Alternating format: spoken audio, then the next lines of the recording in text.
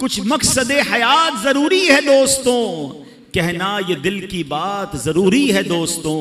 जो फिक्र आखिरत में गुजारी वो मुकम्मल, वरना तो ये हयात अधूरी है दोस्तों।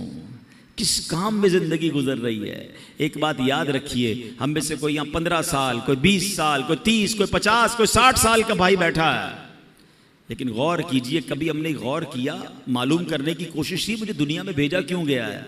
हर चीज के बनाने का एक रीजन है ना। आपके कईयों के सर पे टोपी है, टोपी क्यों बनाई? सर को ढांपने के लिए। लिबास है, क्यों बना? कपड़े पहनने के लिए। घड़ी है, क्यों है? टाइम बताने के लिए। कलम है, क्यों बनाई? लिखने के लिए। अशरफुल मखलूकात बना दिया रब ने, किस लिए? पता ही नहीं है कि मेरी तख्लीक का, मुझे बनाने का मकसद क्या है। और एक और सवाल मैं करना चाहूंगा, आपके जेब में कलम होती है, जब तक लिखती है कहां रहती है? जेब में, सीने के साथ। लिखना बंद कर दे, खत्म कर दे, फिर कहां जाती है? डस्टबिन में। मकसद खत्म हो गया ना, अब इस पेन का हासिल कोई नहीं है। अगर मैं और आप मकसद के मुताबिक जिंदगी नहीं गुजार रहे तो फिर कहां जाएंगे? हैं? गौर कीजिए ना, एक तरफ तो अशरफुल मखलूकात में कहा जा रहा है, मगर यही बंदा जिस मकसद के लिए से बनाया गया, अव्वल तो कईयों को मकसद ही नहीं पता, और अगर मालूम है तो क्या जिंदगी उस मकसद के तहत गुजर रही है?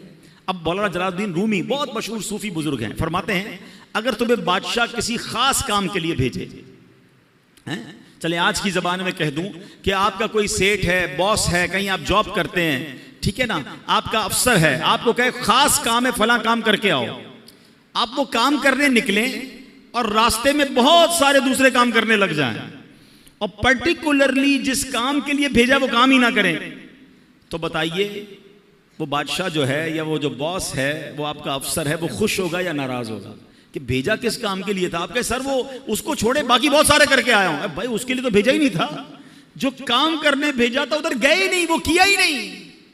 अल्लाह अकबर। यानी अल्लाह ने मुझे और आपको अपनी इबादत के लिए बनाया, अब इबादत छोड़कर सारी दुनिया के काम कर रहे हैं।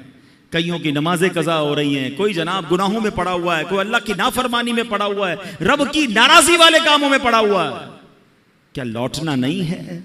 क्या अल्लाह की बारगाह में जाना नहीं है? खुदारा अपने मकसद हयात से ना हटें।